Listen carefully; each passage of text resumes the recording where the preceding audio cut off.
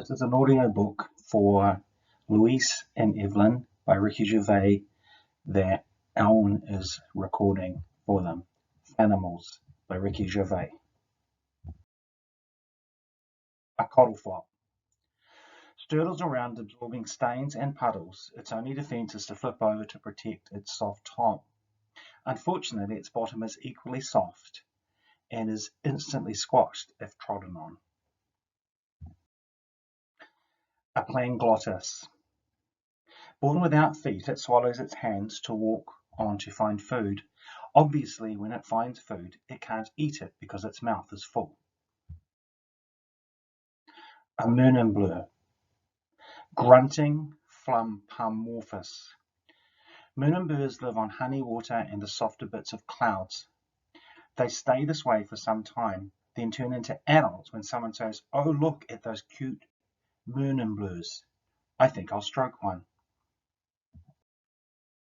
Adult Mernimbler, grunting Flumpamorphous, eats everything it sees and dies of chronic indigestion. Grundit, Grundoidian yob jammer, staggers around half-witted and grumpy, trying to start trouble. Its favourite hobby is using the plundoflage as a form of transport, but it always falls off, causing the bumps on its head. Luckily, the brain is too small to be affected. Puddleflage, Blubulus boinglubber, cowardly wobbler that spends its days avoiding the Grundit. The puddleflage looks like a useless fat blob. It actually doesn't have an ounce of fat on it.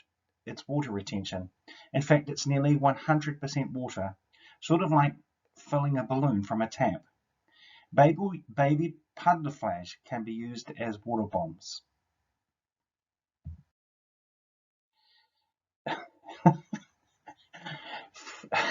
Flimping bunt himmler, guzzle sprout flimper, feeds on baby Mernimblers and replaces them in the nest. He is exposed when they all turn into adults and eat him. Underblench, Echinoplungederma, snurbulent sponge sucker that captures prey by sticking to their faces and suffocating them. Its suckers are impossible to prize off. Unfortunately, it can't catch anything, as it can't move from the rock it was born on.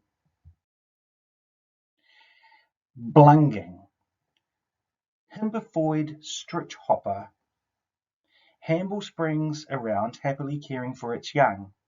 It's not so happy when it has to watch the adult Mernimbler rip its baby's head off. Munty Flumple, luminous blump. This little dough-brained chump midget likes everything. It wanders around and stares at things, instantly falling in love. It will stand staring for days until the Flanimal it is staring at moves away. If it falls in love with a glonk, it is there forever. Splunge, jello snubloid, quite literally a bag of nerves. So utterly terrified of everything, it splunges at birth. This causes both parents to do the same. Honk, Hagen's splurge clanger, molly squirt that sleeps all day until for no reason it makes the loudest noise on the planet, causing its nose to trumpet up to 50 times normal size. Then it falls to the floor exhausted and fast asleep. Evelyn, Daniel said this is kind of like you right now, because you're 5 weeks old. Himmelsprot, Podus reversus, rushes across the Guddle deserts on its wobble pod, only looking where it's been, never where it's going. Eventually dies by bumping into the Sprot guzzler. Sprot guzzler, guzzling plod, gruntoid in build, but related to the anchor, eats hermal sprots, but is terrified of adult Mernimblers. Unfortunately, this is the one that Nanny thinks I look like. Clunge Ambler. Humperless Lug. The sweety little waggle gimp shuffles around trying to cuddle things. He is weird and smells. This is so rude of Nanny. So is constantly being beaten up and very He never learns his lesson and always tries to find and cuddle the Flanimal that buries him. The Flanimal usually buries him again. That's really not like me. The Woboid Mump, Lumpus Chuck Goggler. One of the most useless organisms in the universe. It is basically an eye in jelly. It spends most of its time looking around trying to find reason in its existence. It never finds it as it is blind. Sprying bloat trunga. Puddly groid bulb. Sprouts up explosively from a fungal spoon puddle outside the outside the sewage pump of the Sprog and Hemel Sprott recycling plant. It immediately joins the queue to be recycled. Print. Adel Springnerdler. Small sprouting creature that dives around sometimes off tall rocks, but always manages to land on its head. They usually die from landing badly in strong wind and spraining their ankle. Gum Spudlet. Dentoid Mashler. Grundit food. It's not happy about this, but it can't bite back. Sprog. Scoiceus angroid. Honoidly angry about its breath. The Sprog bounces and squeaks until it is chewed up and spat out by a Grundit.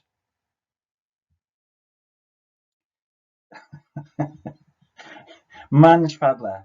Flan Snatchling. Despite being too mungery for its own good, it persists in fuddling everything it sees. Eventually gets battered when it fuddles the wrong thing. Frappled Humpdumpler. Onloid Valve Winkler. The squiddly Monge Dingler scrundles around, snuffling in one direction and oogling in the other. Sounds weird, doesn't it? Well, it isn't. Opheldermis. Gibletaus odorous, born completely inside out, lives inside itself to avoid its own inside itself to avoid its own smell. Plumboid Doppler, Scrotus bogulum. This lumpy squint sack is both wormily turgid and yet slumpily flemble at the same time. Apart from this, it is totally normal.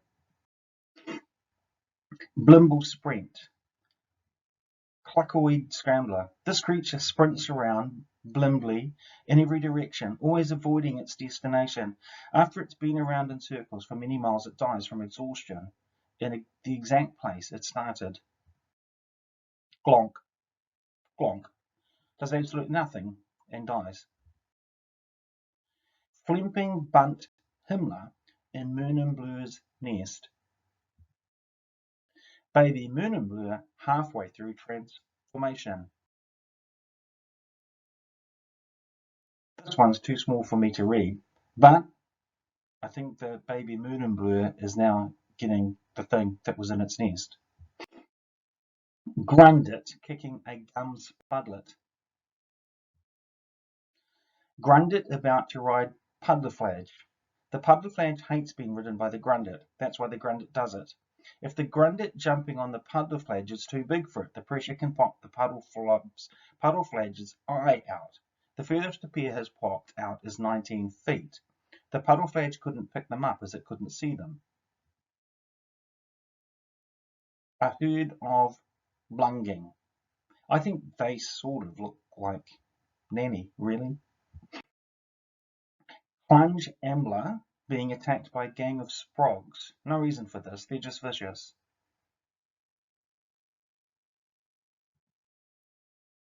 Newborn Planglottus. Everyone finds newborn babies messy, disgusting little creatures, apart from the mother, that is. This is not the case with the newborn Planglottus. Its mother finds it disgusting too. Munty Flumple staring at Puddleflage. The Puddleflage looks worried. The Puddleflage always looks worried. Baby Munty Flumple. I can't say if anyone looks like this. A baby Munty Flumple is the cutest thing in the universe. Don't you just want to squeeze its head and bite its face? The adult Mernimbler does. Grundit standing on coddle flop. This is one of the Grundit's favourite pastimes. Looks cool, doesn't it? The thing is, it's nothing personal. It just likes the sound they make as they squelch, then pop. Sleeping Honk. Again, Evelyn, this is kind of what your father said you like. That's a spludge splurging. Yuck. The Munty Flumple about to fuddle an underblench, which is a waste of time because, as Ricky Gervais says here, it can't actually get to its underpants because it's stuck to the rock.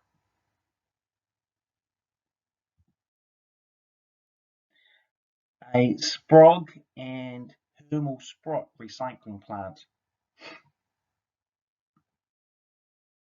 Grundit dipping a gum spudlet into a coddle flop. Looks cruel, doesn't it? Actually, it improves the flavour. And those are footprints for a quiz. And the question is, what Flanimal was this? And I don't know, but it's actually a clumsy ambler. So it's kind of like Karen saying that that's me buried. Now needs a piece of work. There's a Flanimals scale chart. Wow, the adult Mernimbler's are big. Clumsy ambler's not a very good shape, is he? I think Danny's telling me something. And look how little the Sprog is. And look how fat the puddler is. And the Munty Flumple, that's a nice shape too. These are some reviews. I read your book just day before my final Flanimal exam and passed with flying colours. Thank you, Mr. Gervais. Alison Page, University of Dorking. It sent my child mental. You haven't heard the last of this.